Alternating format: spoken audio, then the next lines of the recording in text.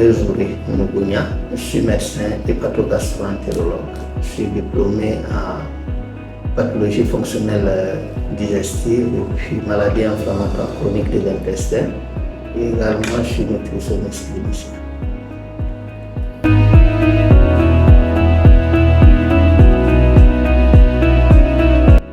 C'est une perte de substance. C'est une perte de substance qui peut siéger sur tout le segment digestif du tube et de l'ésophage à l'anus. Donc on peut avoir une perte de substance. Maintenant, quand on parle de l'ulcère gastro-duodénal, la perte de substance siège sur l'estomac et sur le duodénum, et plus fréquemment au début du duodénum. Donc le bulbe B1, B2 le plus souvent. Donc pour dire en termes terre à terre, c'est une plaie qui siège sur l'estomac et aussi sur le début de l'intestin grêle.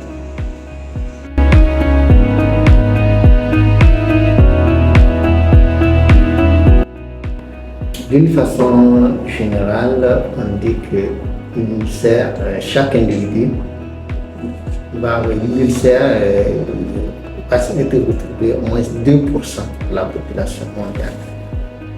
Tout individu qui vit, on a 2% de la population qui va faire une ulcère gastrique. Donc, et 7% vont faire une ulcère duodénale.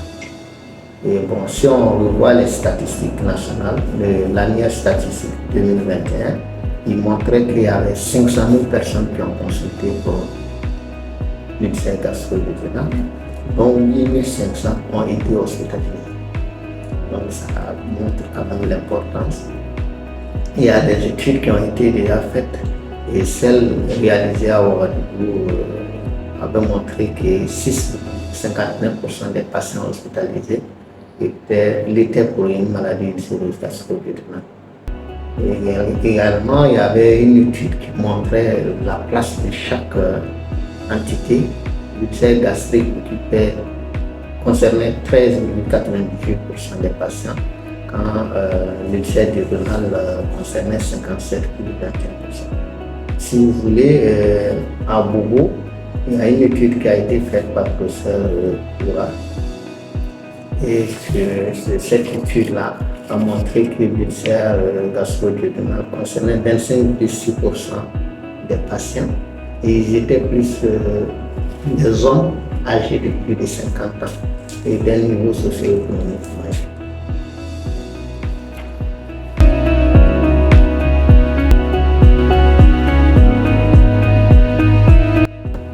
Donc le mécanisme, longtemps on avait lié l'ulcère gastro-duodénal au stress. Donc on avait évoqué l'ulcère de stress qui était longtemps reconnu, mais il se trouve que ce stress n'est pas le stress simple qu'on connaît, mais c'est le stress important qui s'installe au cours de pathologies graves, donc chez des patients qui sont hospitalisés en réanimation. Par la suite, à partir des années 90, avec la découverte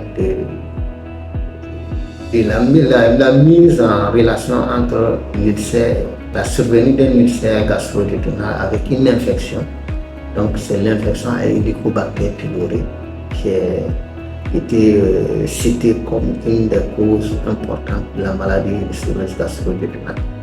Mais également, l'ulcère peut s'installer suite à une prise anti-inflammatoire qui favorise l'installation de la maladie.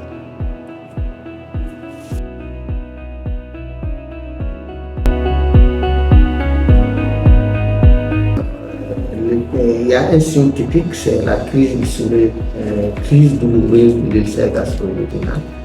Donc, la plupart des patients, quand ils vont venir, ils vont se plaindre d'une douleur siégeant à l'épigastre. Une douleur importante qui n'a pas d'irradiation, sinon l'irradiation est transfixiante, ça veut dire dans le dos. Voilà. Donc c'est une douleur qui est soulagée par la prise d'un aliment, et surtout d'un aliment alcalin, et du lait par exemple, ou bien la prise d'un antiacide.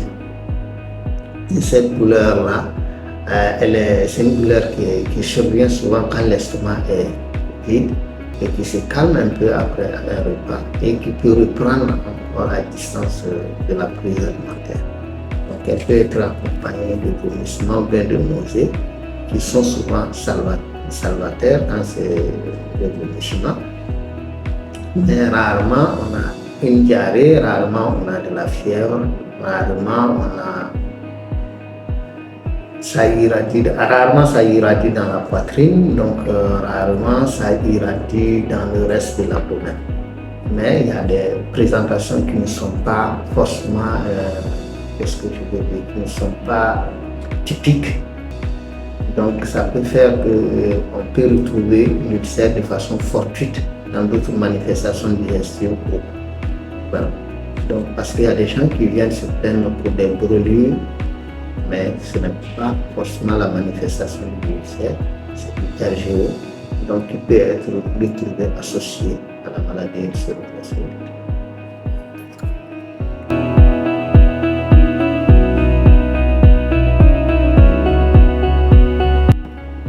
Donc le facteur le plus aggravant, c'est la prise anti-inflammatoire quand il existe déjà une maladie ulcéro-gastrique.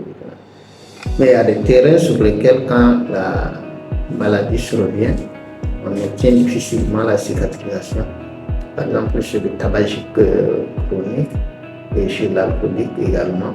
Donc, on peut avoir, ça peut être des situations qui font que la cicatrisation est difficile à avoir. Et chez certains patients qui ont une maladie chronique du foie, notamment la cirrhose, on peut avoir une association parce que ça entraîne une fragilité muqueuse.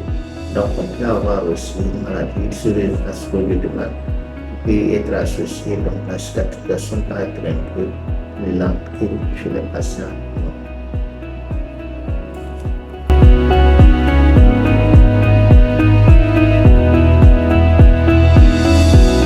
Souvent aux urgences sont de plusieurs ordres. Et la première des complications, c'est l'hémorragie digestive. Donc, dont l'importance dépendra de la quantité de sang vomi et la gravité va dépendre déjà du terrain sur lequel la maladie survient. Donc, c'est l'une des complications qui peut emporter les malades. Donc, en dehors de l'hémorragie digestive, on peut avoir une perforation. Et la perforation, ça nécessite une prise en charge chirurgicale. Et tout dépend du siège, le type d'intervention va dépendre du siège de l'ulcère.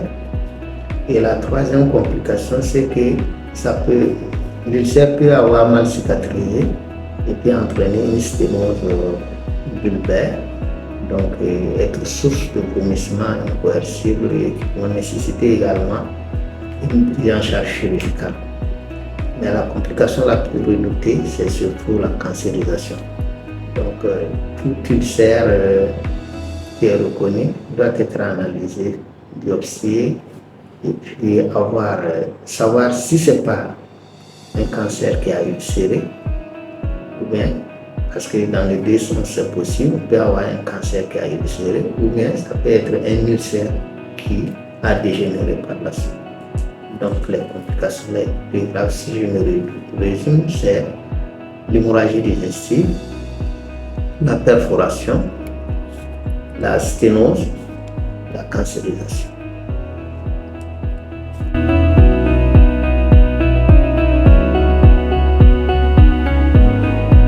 Il faut déjà faire un bilan diagnostique. Et le bilan diagnostique, ça se va faire sur le patient qui présente une manifestation typique, voilà, ou bien atypique dans certaines situations, par l'endoscopie qui met en évidence l'ulcère. Et l'endoscopie va permettre également de faire des prélèvements et qui vont permettre de dire c'est un ulcère ou bien c'est un cancer. Déjà, parce que c'est très important de faire ce distinguo. Et puis si c'est un ulcère, les prélèvements peuvent permettre également de faire, de rechercher le chirurgie qui est le plus souvent l'infection à Helicobacter pylori. L'infection à Helicobacter pylori. Et dans ce cas, si c'est déterminé, voilà, ou bien on peut ne pas retrouver une cause infectieuse et le traitement va dépendre de ces situations. Est-ce que c'est un ulcère? Oui. Est-ce que c'est dû à Helicobacter pylori? Oui ou non? Est-ce que c'est un ulcère qui n'a pas de cause du tout? Donc, et l'ulcère siège à quel niveau? Est-ce qu'il est au niveau de l'estomac? Est-ce qu'il est au niveau du duodenum? Parce que ce n'est pas la même attitude. Voilà. Donc, il se traitera avec, le plus souvent avec des inhibiteurs de la pompe de proton qu'on appelle IPP, dont le chef de file c'est de l'oméprazole, et souvent associé, s'il y a une infection à Helicobacter pylori, à 3 antibiotiques ou à 2 antibiotiques en fonction de l'écosystème bactérien de chaque pays. Voilà comment ça se traite. Et après, l'éradication généralement va durer, s'il y a une infection à Helicobacter pylori, ça va de 7 jours à 14 jours. Et après, il y a un contrôle d'éradication qu'il faut faire. Voilà comment ça se traite grosso modo. Mais tout dépend des circonstances cliniques dans lesquelles on découvre l'ulcère. Si on le découvre avec une complication, la prise en charge va différer.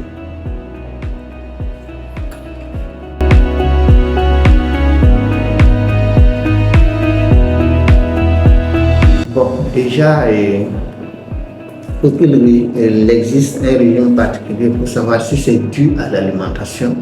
D'abord, est-ce que l'alimentation est cause d'ulcère? Bon, pas tout à fait démontré, mais on sait qu'il y a des aliments qui peuvent influencer sur le microbiote intestinal.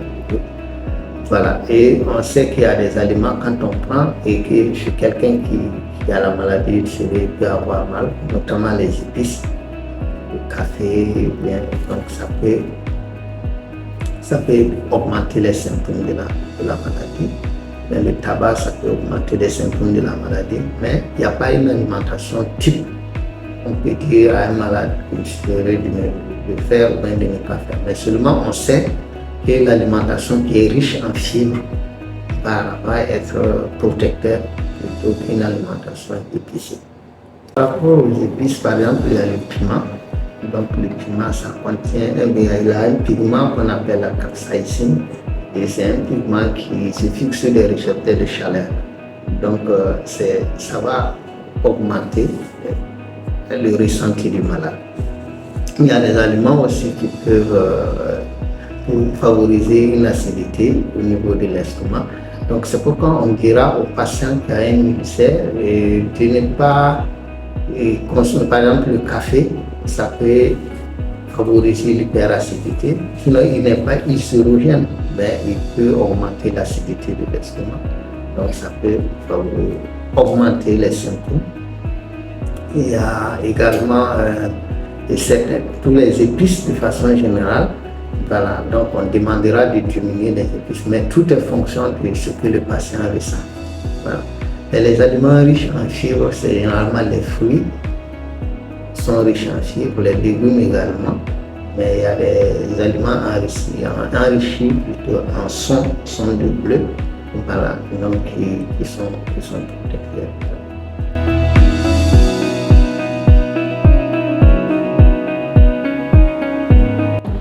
Les moyens de prévention, ça passe déjà par l'amélioration des conditions d'hygiène. Donc je disais que la maladie dite la cause de la plus citée, c'est l'infection à Helicobacter pylori. Donc, c'est une infection qui est portée par les eaux usées également. Donc, il faut une amélioration des conditions d'hygiène de façon générale et à l'échelle individuelle également, et améliorer les conditions d'hygiène, l'hygiène des selles. Donc, c'est laver les mains avant et après les toilettes, veiller à ce que les aliments soient sains avant de les consommer. Donc déjà, ça permet de diminuer l'incidence de la maladie ulcéro-gastro-duodénale, mais également d'éviter l'automédication. parce qu'il y a beaucoup de médicaments que les gens prennent qui contiennent des anti-inflammatoires, ils ne se rendent pas compte. Et c'est source souvent de la survenue de complications comme les hémorragies digestives ou bien la perforation. Donc, chez des personnes qui ont déjà un ulcère qui ne savent pas. Voilà. Et puis bon, et la consultation également, parce que les gens ne consultent pas tout. C'est quand ça s'aggrave qu'ils viennent consulter. Donc, une consultation précoce avec un traitement à temps va permettre également d'améliorer la prise en charge.